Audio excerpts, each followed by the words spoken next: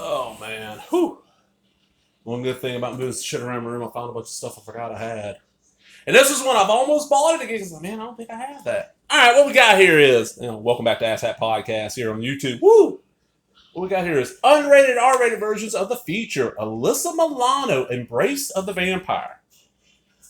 Now, for those that don't know, this was a early 90s. I'm going to look on the back real quick.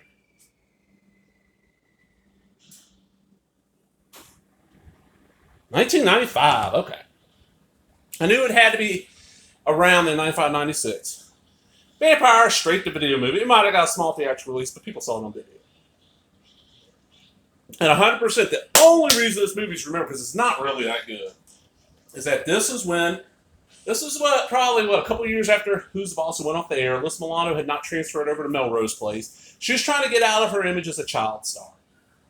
So she did what a lot of people do when they're trying to get out of their child star image. She went and did a movie where she gets naked. So this is like a vampire Skinamax After Dark movie. And hell, 100% off. That's why we all rented it back in the day. I remember when this thing came out in 95. I'm over at a buddy's house. We're all hanging out. It's a bunch of us. Me and the girl I was dating at the time, whatever you want to call it. My buddy and his now wife, another friend of ours, quite a few of us there. We're all hanging out.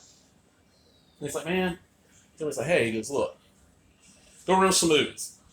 He's like, here's $5, get as many as you can, Because at the time he had an antenna, but only picked up like 3 channels. I think he had a rabbit. He didn't really have an antenna. He had a rabbit. He picked up like 3 channels and a VCR. We'd already watched every movie he owned, every movie I owned, shit like that. So, all right, cool.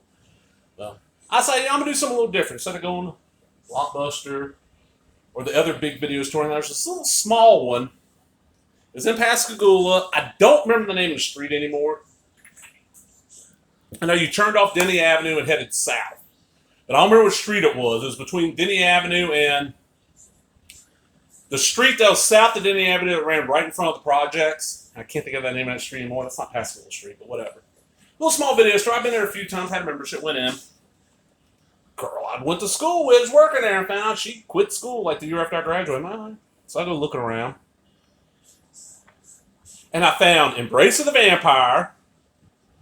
I found, it's like Dario Argento's World of Horror, something like this. It was a documentary by Dario Argento. And I found Suspiria. And it was like $1.25 for old stuff and like a couple of like $2.50 for new stuff. But you got them for 5 days. Well, it happened to be the unrated version of this. So I grabbed them, went up there, and I had $5 for me. I put a little of my money in there, rented them, was talking to the girl. Head back, we put it in, and gotta say, we were impressed.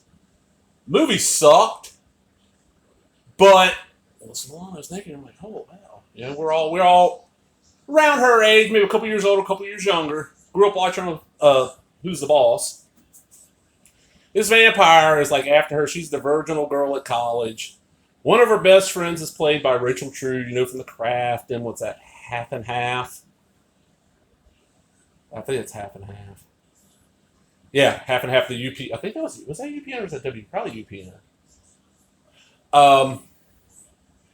There's three infamous scenes in there. One where Alyssa Milano's having sex with whoever. I think it's her boyfriend. You see, some nudity. There's a scene with her and the vampire that gets fairly graphic, and then there's a scene with her and Charlotte Lewis. I was trying to think of the woman's name from The Golden Child, where she's a photographer, and she's supposed to be playing a college student. You're going, man, you're like 38. Alyssa Milano was probably about 24, 25, and it's like, okay, she looked like she was 20. And she snapped a picture and gets Milano, took her top off. Everybody, these are the reasons. Okay, Alyssa Milano, for a long time, when you first started, you could find these pictures, clips, and screenshots from this movie all over the internet. And then she started getting super crazy and went after websites for a while. You couldn't find the shit. This is the film. If you ever seen a picture of her in the white top when it's pulled over, she's got the short brown hair, this is the movie. So what we got here? The movies you love, the features you want. The contents of this disc include widescreen and full screen versions of the film, unrated and R-rated versions of the feature, cast and crew biographies and filmographies, interactive menus! Exclamation point, because that's real important. This is probably a very early DVD release. It's a new line. See here. In tradition of Poison Ivy, Alyssa Milano, Charm, Poison Ivy 2, Lily, plays Charlotte, a sensuous but innocent college freshman who's being seduced by an obsessive lover. A lover, Martin Kemp, the craze, who comes to her only in dreams. A dark, handsome vampire who touches her in forbidden places and will stop at nothing to arouse her passion. Ooh. As she is drawn deeper and deeper into the vampire's erotic world of carnal pleasure, Charlotte is forced to make a choice between her college boyfriend and her nighttime lover, between sweet romance and uncontrollable lust, between the forces of light and the power of darkness, between true love and eternal possession. Charlotte Lewis, excessive force, and Jennifer Tilly. I forgot Jennifer Tilly was in this. Oscar nomination, Best Supporting Actress, both over Broadway and Bound, co-starring as Sexy Tale.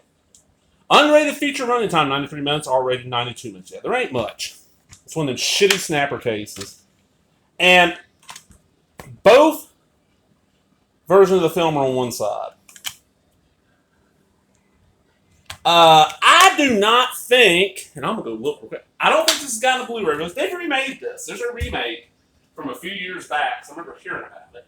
I'm going to look and just see, because I know one time this was actually fairly expensive. I don't remember seeing this streaming on any major service. Now, I do not have Disney Plus, which wouldn't have this, of course. I don't have HBO Max. Of all the major streaming services, it's the only two I don't have, because I don't Apple TV, that's not a major service. What the hell do they have? Ted Lasso? That's about it.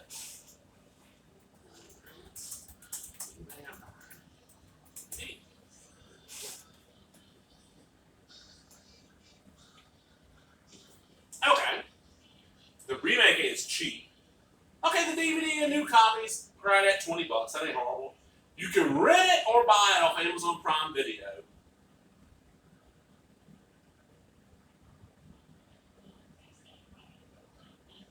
Let me see something. See if there's a Blu-ray of this. I don't think there is. There is a Blu-ray. It's multi-format. Holy shit. Really? When the fuck did that come out? Let's see. Okay, come on. Maggie, baby. Be quiet. That's not region A, is it? It just can't be.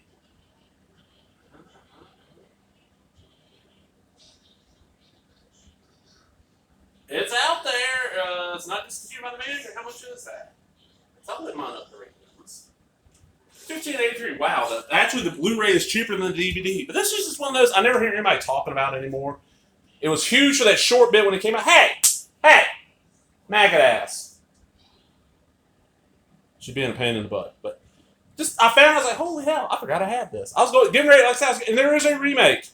It's like, why did you remake Embrace of the Vampire? Is there some, 90s, early 2000s girl was a teen star on a sitcom that wants to break that mold, Like, okay, you know what? I got to get naked here to get accepted as an adult actress. Who knows? Well, I'm out, everybody. Hope you enjoyed that. Man, if you did, give me that thumbs up. There it goes. I'll wiggle it a little bit. Talk to everybody later. Bye-bye.